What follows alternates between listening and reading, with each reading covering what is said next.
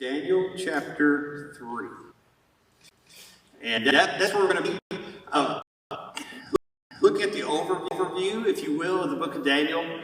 And again, this is more complicated than we care to talk about. But if you look at the theistic structure, which is letter X, and see all the connections that we do, you'll notice that chapter 3 is the same story as what's in chapter 6. And that's what you have. Chapter 2 is the same story as what you see in chapter 7. You see the statue of beast. Chapter 3 is the same story that you see in chapter 6. Chapter 4 is the same story you see in chapter 5. And it's Daniel reinforcing. So in Daniel 3, you see where Shadrach refused to bow down faithfulness, and they're thrown into a fiery furnace, but they actually turn out to be okay. And they come out, and the one who threw them in the furnace says, well, your God is real. You go to Daniel 6, you see someone is faithful to God, and that he prays toward Jerusalem 3 times a day.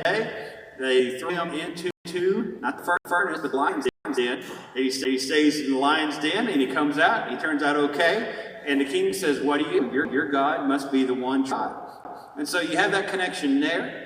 And also, chapter 3 works as a sequel to chapter 2. Remember in chapter 2, when we looked last week, you see a statue with a gold chest of silver and thighs of bronze, legs of iron, feet of iron and clay.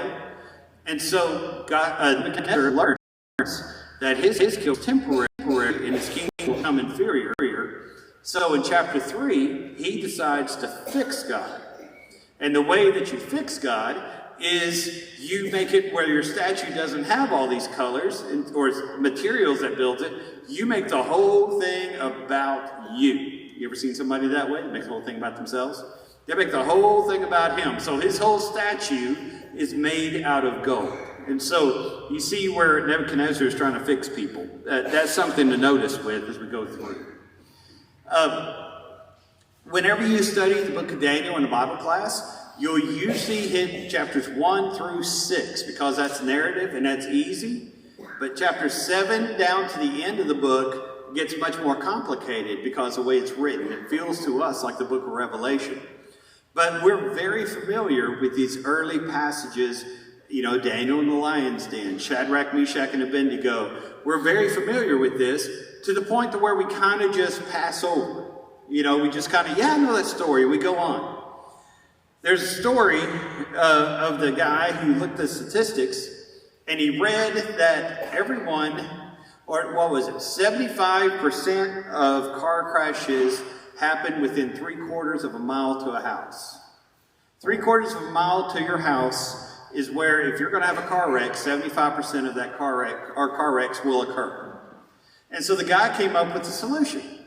If all of us would move 1 mile down the road, there'd be no more car wrecks. He said it's simple as can be. If we'd all just move a mile, we'd be fine. Well, that's not the solution. What the issue is once you get familiar in familiar areas, you just put your life on cruise control. You don't pay attention. And so sometimes that's when accidents happen. And so what happens through here in the book of Daniel, we've heard Shadrach, Meshach, and Abednego. We've heard about it so often that we're like, we're on cruise control, and you don't really see what Daniel's teaching. And so I want us today to look a little closer and see exactly what it is that he's teaching. Now, if you look back at Babylonian records, you see a little bit of the background that's going on here. 794 is about the time that you're going to have this. There's an attempt against Nebuchadnezzar, an assassin of one of the officials tried to assassinate Nebuchadnezzar. And so Nebuchadnezzar is going through trying to make a loyalty oath of everybody, and that's the reason they're all called here, is for the loyalty oath, and to make sure that they're able to show themselves and that they're loyal to Babylon. If you look in the Septuagint, which is a Greek translation of the Old Testament that Jesus read out of, you see that Daniel 3 happened 16 years after Daniel 2. So that's a little bit of the background which we have here. But as you open it up, let's look at the first 7 verses of Daniel 3, all right? Nebuchadnezzar, the king, made an image of gold, this is verse 1, whose height was 60 cubits and width 6 cubits. For those of us at home who are Americans, it's 90 feet tall and 9 feet wide. He set it up in the plain of Dura in the province of Babylon, and King Nebuchadnezzar sent word to gather the satraps, the administrators, the governors, the counselors, the treasurers, the judges, the magistrates, and all the officials of provinces to come to the dedication of the image which King Nebuchadnezzar had set up. So, here we go again. The satraps, the administrators, the governors, the counselors, the treasurers, the judges, the magistrates, and all the officials of the provinces gathered together for the dedication of the image that King Nebuchadnezzar had made up. And they stood before the image that Nebuchadnezzar had set up. A herald cried aloud, "To you is commanded, O peoples and nations and languages, at that time that you hear the sound of the horn, the flute, the harp, the lyre, and the psaltery, in symphony with all kinds of music, you shall fall down and worship the gold image that King Nebuchadnezzar has set up. And whoever does not fall down and worship shall be cast immediately into the midst of a burning fiery furnace." So that time, when all the people heard the sound of the horn, the flute, the harp, and the lyre, in symphony with all the kinds of music, all the people, nations, and languages fell down and worshipped the gold image which Nebuchadnezzar had set up. That's what the rule is there. All right. Mark? Yes, sir. Yeah. That Septuagint. Oh. That Septuagint in Greek puts chapter 3, 60 years. No, 16 years. I'm sorry, 16. 1-6. Now, I don't hear well, so I missed that first. Thank you. 15 years. Thank you. 16 years. I thought that was like 150 years. Yeah, no, 16 years. It's 16 years after Daniel 2, theoretically, is what you would add. So yeah, and the Septuagint is a fancy word that people use to look really smart. About 2 BC or about 200 BC, a lot of Jews lived down in Egypt. They had fled Babylon. And so as they were down there, they were afraid that their people who spoke Latin or spoke Greek, because they were involved in shipping and banking, they decided to write the Bible in a language that everybody could understand. And so 70 people got together as scholars, and they translated the Old Testament into a Greek Bible. And we still have copies of that Greek Bible today. And so Septuagint, if you follow some of those words about if somebody has Septuagint children or whatever, that means they had 7, which means they're in big trouble. But or a septenarian, somebody who reaches 70, that's just a word for 70 there. And so that's where that word comes from. But there's some comments and commentaries on there, and that's what they said, 16 years after chapter 2. All right, so the king's forgotten, chapter 2. Now that he's in chapter 3. He says, listen, God told me that this statue has gold and silver and bronze, and it's all falling apart, and a great stone's going to come. I'm going to make a statue that's all solid, same materials, not going to fall apart. I'm going to make a statue that has only me. Only I am in charge here. And so I am King of Kings, Lord of Lords. I'm going to rule everything. And so he's trying to fix God. And that's what a lot of people try to do today. And he gets everybody together and he says everybody has to bow and to worship whenever all the music plays. Now, you can picture this in your mind. You've got officials and officials and officials. We're going to have thousands of people here on the plain. And as you look at all these thousands of people and you think about a 90-foot statue, you are thinking about something very, very tall. A story on a building is somewhere in the range of 12 feet. So you can start figuring up just how many stories tall this is. And a lot of people make a lot of issue about how thin it is to be that height. There has to be a lot of interesting work done to support something like that. But that's beyond what our class is about. But you can just imagine looking every direction, as many people as you can see, and you can imagine the noise, the symphony which would come, and every person bow down. What would you do? You'd bow down with them. I mean, everybody else is doing it, right? And not only that, you think about Shadrach, Meshach, and Abednego, where they came from.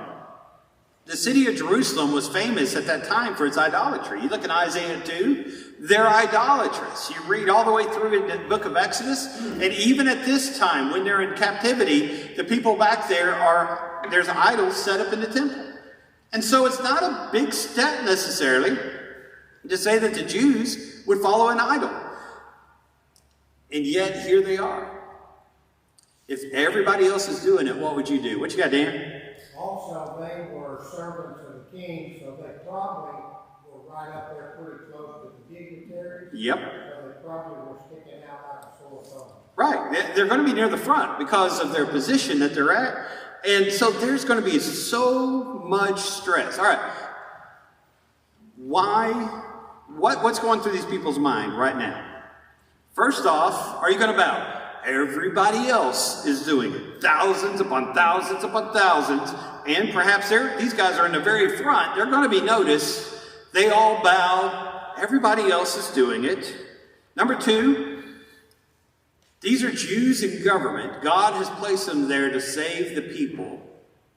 They might think in their mind, God wants us here, and so maybe if we bow down, at least we're still in position where we can save our people. And so we'll just bow down, and, my body is doing it, but my mind is not. You ever see people who think that way? I'll do it, but I don't really believe it. I'm just going to go along and do it to keep everybody happy. You might look at these people and talk to them for a little bit and say, look at what God's put me through and everything that I've endured. My parents were put to death. My friends were put to death. I was made a slave. I've been brought here. I've had to learn a different language. I'm wearing different kind of clothing. I'm having to do a different job. All that I've endured, surely it's okay. And God's going to understand if I just bow down so that this king is happy and so we can go on with life. There's everything pushing these people to conform, to worship this idol, to obey the king, and just let's do it and get it over with. And so the symphony plays, everybody yells, bow down, everybody goes in unison down, and you've got three people, Shadrach, Meshach, and Abednego, who stand, and they won't bow down. They stand. And while everybody's bowed down and they're standing, you can see in the distance the furnace. And there's smoke that's billowing out of that furnace, which is there. They're told if you're loyal to the king, you will worship, but they did not bow down. So let's look at verses 8 through 12. Therefore, at that time, certain Chaldeans, these are other Babylonians. Now imagine if you're a Chaldean, if you're a Babylonian, and migrants come into your country, and they're treated well by the king, and they are put in charge of you, how would you feel? What are you going to think about these Jews that you conquered? Your army went and tore them up and brought them back as slaves, and now they are managers over you. What's your opinion of these guys? You got something fierce. Okay, all right, back to verse 8. Sorry, I get talking too much. All right. Chaldeans came forward and accused the Jews and spoke and said to King Nebuchadnezzar, O king, live forever. You, O king, have made a decree that everyone who hears the sound of the horn, the flute, the harp, the lyre, and the psaltery, and the symphony with all the kinds of music will fall down and worship the gold image, and whoever does not fall down shall be cast into the midst of a burning fiery furnace. There are certain Jews whom you have set over the affairs of the province of Babylon, Shadrach, Meshach, and Abednego. These men, O king, have not paid due regard to you. They do not serve your gods or worship the gold image that you have set up. Now, everything they say is true. Everything they say is true. But what you see here is jealousy wrapped up in the cloak of religion. And what you see here is jealousy wrapped up in the cloak of government. Most church issues, when a church splits, when you talk to them on the surface, they're going to tell you the doctrine. These people want to do this in worship, and we don't want to do that. Or these people believe this, and we don't believe that. But if you talk to them long enough, many times church issues go down to a petty jealousy. They go down to somebody who has a disagreement or just doesn't like someone else. And that's really what's happened. They do not like these Jews being in charge of them.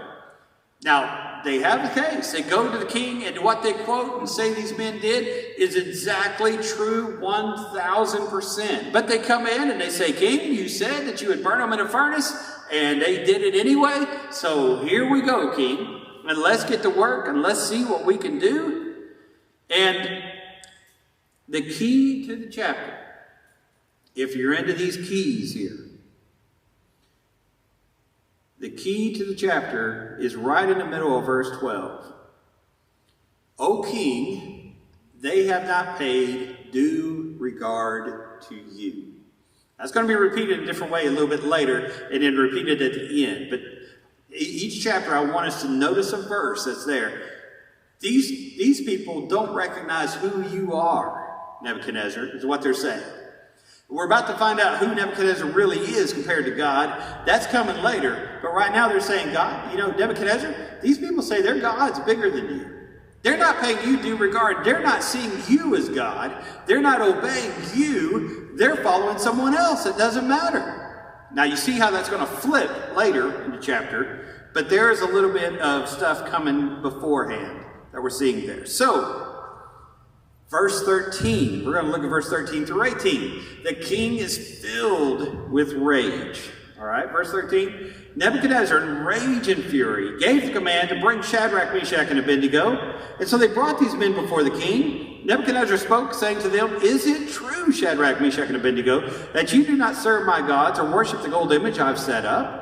Now, if you are ready at the time in which you hear the sound of the horn, the flute, the harp, the lyre, and the psaltery, and symphony with all the kinds of music, you fall down and worship the image I have made, good.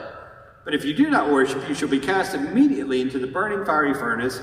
And here we go, in verse 15. Who is the God who will save you from my hand? Shadrach, Meshach, and Abednego answered and said to the king, O Nebuchadnezzar, we have no need to answer you in this matter. But if it is the case, our God whom we serve is able to deliver us from the burning fiery furnace, and he will deliver us from your hand. O king.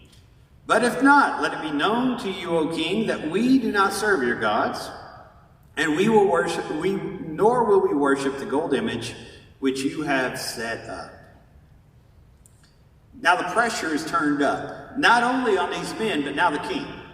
Because people have come in and told the king, these guys don't follow you. These guys won't listen to you. And so Nebuchadnezzar calls them in and says the exact same thing. Listen, when this happens, you had better bow down. Now you got thousands of people watching. In the middle of everything, you have them watching. So the situation has escalated greatly. Now again, remember Babylonian history, Nebuchadnezzar has just put down an insurrection. Some of his officials had tried to kill him and take over the authority or the kingship. And so now Nebuchadnezzar is trying to make sure that he's in charge, make sure he has authority.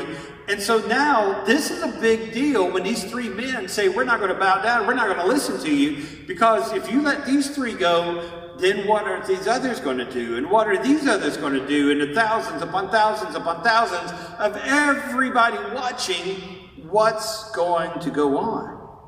What's going to happen? What God will deliver you?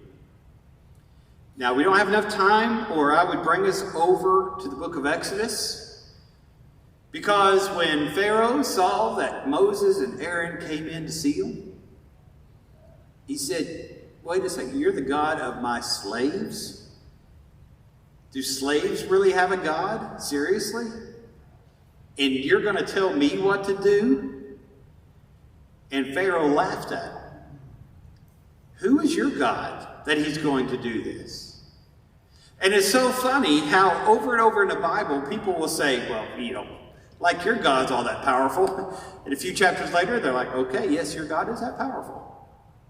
And that's what's going on as we see this going on here.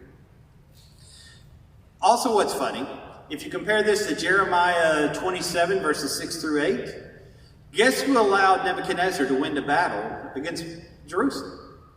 And guess who allowed Nebuchadnezzar to win the battle, against Jerusalem and win the battle against Egypt? It wasn't Baal, it wasn't any of the gods which Nebuchadnezzar, it was Jehovah God. And so now he's making fun of the God that had given him success and had helped him through. Now, the only time in the book of Daniel you're going to read the words of Shadrach, Meshach, and Abednego are verses 16 through 18. It's the only time you see them talking. And you see that they speak to the king with respect. They don't accuse him of anything. They don't tell him you have no right. You're just a terrible king. They have respect, but they respectfully say, we're not going to bow down. We're going to follow our God, and we're going to do what God tells us to do. And here's what's amazing. Even if our God does not save us, we still will not bow down. There is in philosophy a discussion called the heavenly transaction or the heavenly balance.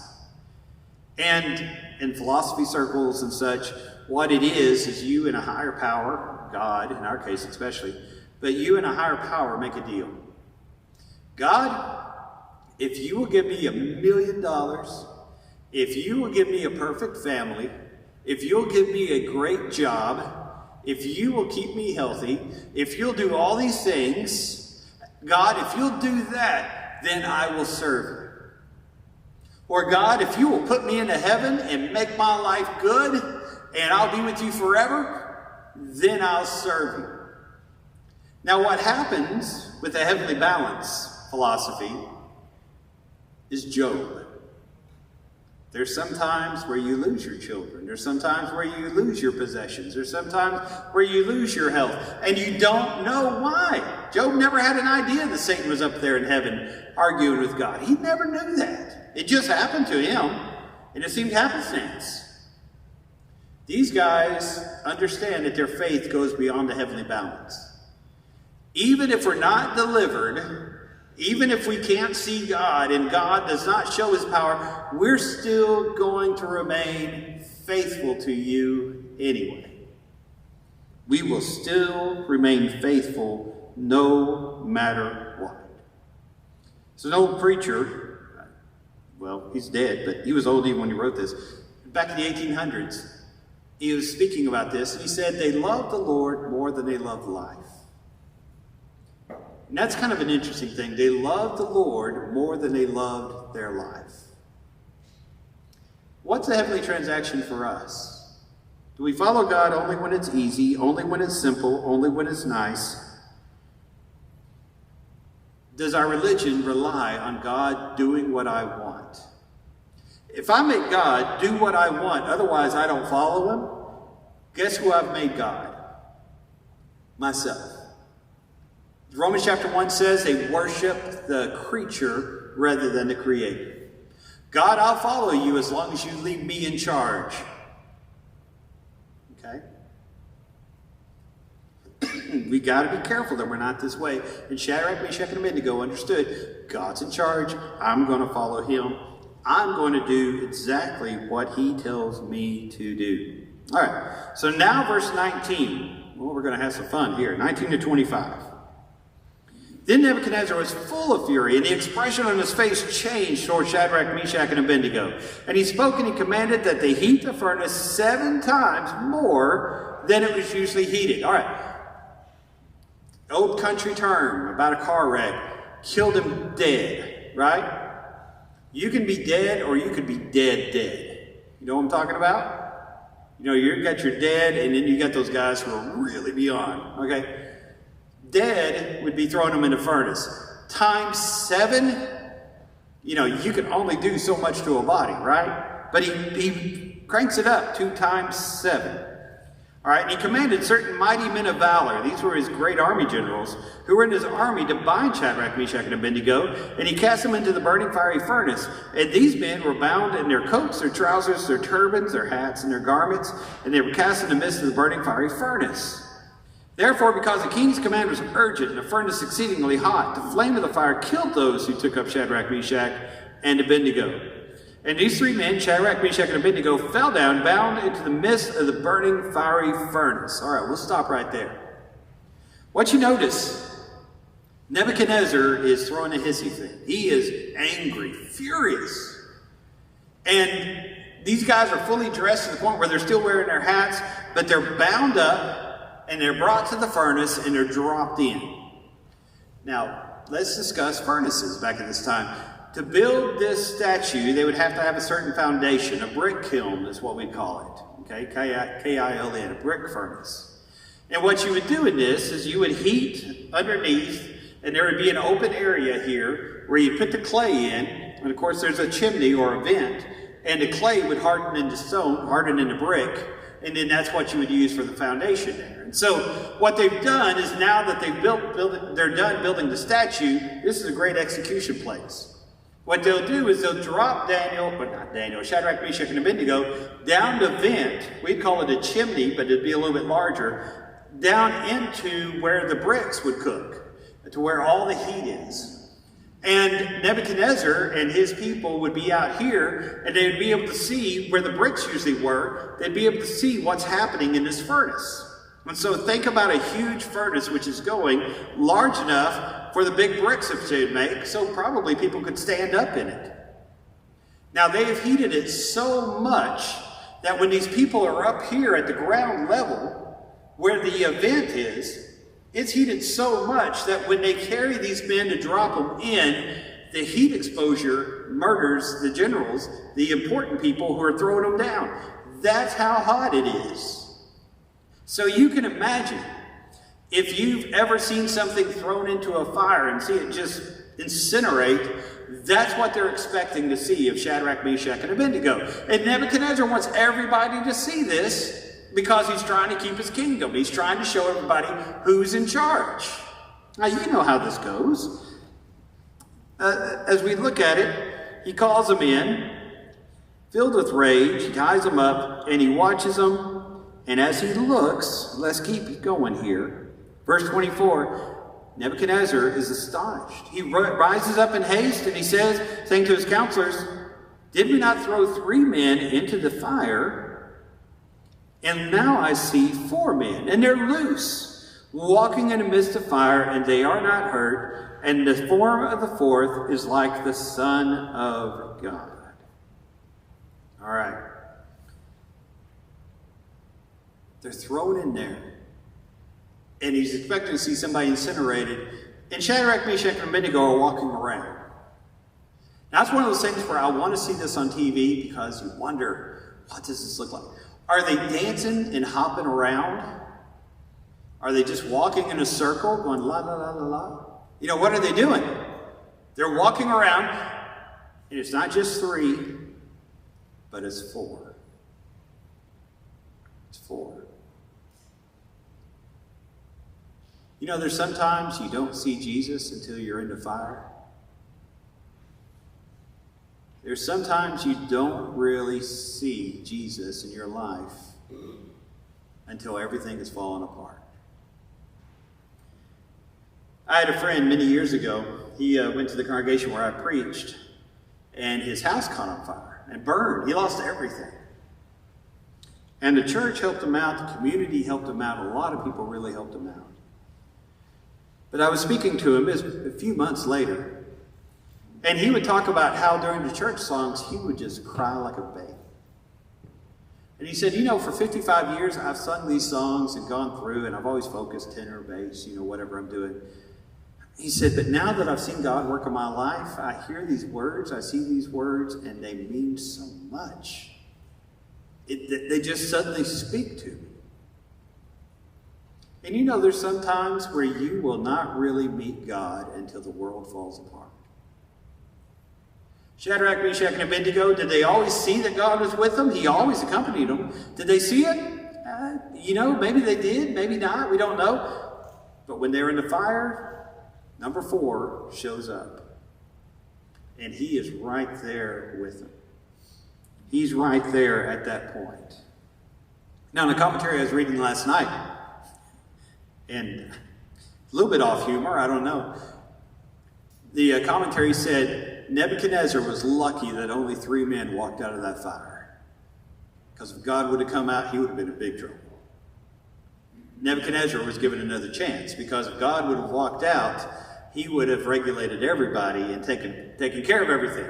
And God later did show himself, and Nebuchadnezzar later did have opportunity to repent. But I thought that was interesting as I went through and I saw that was there. Nebuchadnezzar calls for them to come out, and Shadrach, Meshach, and Abednego come out, and you could not even smell the smoke anywhere on it. Now, if you've been around fire much, you know that you can smell it when you go by it. My nephew over here, Brett, I was telling him about tobacco. And he is just fascinated at how you set your barn on fire. And I told him that's how you know somebody's not from Kentucky, is they call the fire department during that season and they tell everybody, the barn's on fire, right? Well, that's a little bit of a joke. But we were talking about how you smoke the tobacco. And actually, I love the smell of tobacco when it's cooking in the barn, smoked in the barn. Now, when it's in the cigarette pipe or cigar form, not so much. I don't know what the differences are going on there. But that you drive through it, sometimes you can still smell it for a good while. And it's almost impossible to be around a fire and not have some sort of evidence. But God protected Shadrach, Meshach, and Abednego so much that they didn't even smell like fire. You would never even know where they were. God takes care of me better than I deserve and better than I can imagine. Did you know that's true for you too? He doesn't just barely make it to help you get to the finish line. He just doesn't barely get there. He goes well beyond that point to be able to show you and take care of you to that point to where you're able to see those awesome things. All right, now let's keep going. Where are we? Let's start in verse 26. Nebuchadnezzar went down near the mouth of the burning fiery furnace, and he said, Shadrach, Meshach, and Abednego, servants of the God Most High, come out and come here. And they came out in the midst of the fire, and the satraps, administrators, governors, and king's counselors gathered together. And they saw these men on whose bodies the fire had no power. Their hair in their head was not singed, nor were their garments affected, and the smell of fire was not on them. Now remember, the guys who were leading them to the fire, they all died. But there was no evidence of fire on them. And Nebuchadnezzar spoke, saying, Blessed be the God of Shadrach, Meshach, and Abednego, who sent his angel and delivered his servants who trusted in him. And they have frustrated the king's word and yielded their bodies, that they should not serve nor worship any god except their own God. Therefore I make a decree that any people, nation, or language who speaks anything amiss against the God of Shadrach, Meshach, and Abednego shall be cut in pieces, and their houses shall be made an ash heap, because there is no other God who can deliver like this. And the king promoted Shadrach, Meshach, and Abednego into provinces of Babylon. All right. Now you notice the beauty there at the end of verse 29. There's no God who can deliver like this. Third time that's mentioned.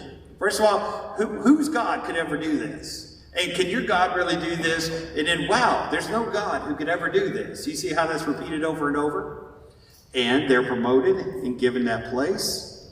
And God's people are once again protected. All right, now trivia question. Yes, sir. Is there any indication that this king stopped worshiping idols? Is there any indication that this king stopped worshiping idols? I don't see any indication.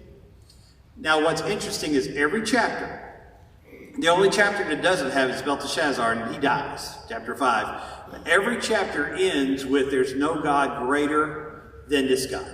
Our God, Jehovah God. No God greater. But it looks like they've just allowed God to hang out in the pantheon of all the other gods. They just said, this God's better. But it does not look like they excluded all the other worship. Okay. Also later, he's going to be charged by God of being too proud, and he's going to get struck from heaven. Yeah, he'll get struck down. He will not start worshiping the God of heaven.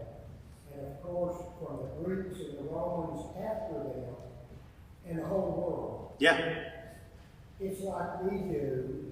We think about the Indian nation and they, who's their God? Brahma.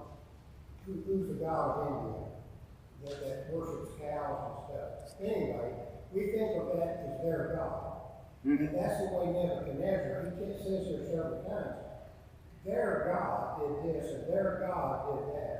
But he's still putting him at arm's length. It's nothing about what he was. Yeah, he never makes it my God. It's always their God who's doing this. Yeah, that's true. Yeah, that's true. Now the trivia question, where's Daniel? Not like where's he in the Bible. Where is he at during this time that all this is happening? We see Shadrach, Meshach, and Abednego, but you never see Daniel. Did Daniel bow down? No, Daniel didn't bow down.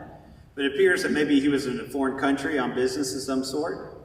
Or he was not in this area. Maybe the king was protecting him in one way or the other. The best answer to where was Daniel is we really don't know.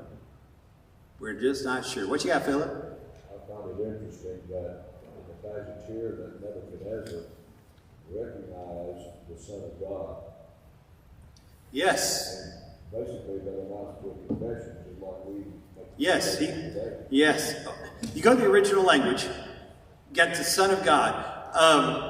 In the beginning, you look at the original Hebrew, oh boy, it's one of the gods. He's one of the gods in there. And then it's the Son of God, then it's an angel or the great, well, it's God, and then it's a messenger or Son of God that he sees at the end. And so you have your movement of conversion going on there. And maybe that's what the writer's trying to do, or maybe he's just writing stuff down.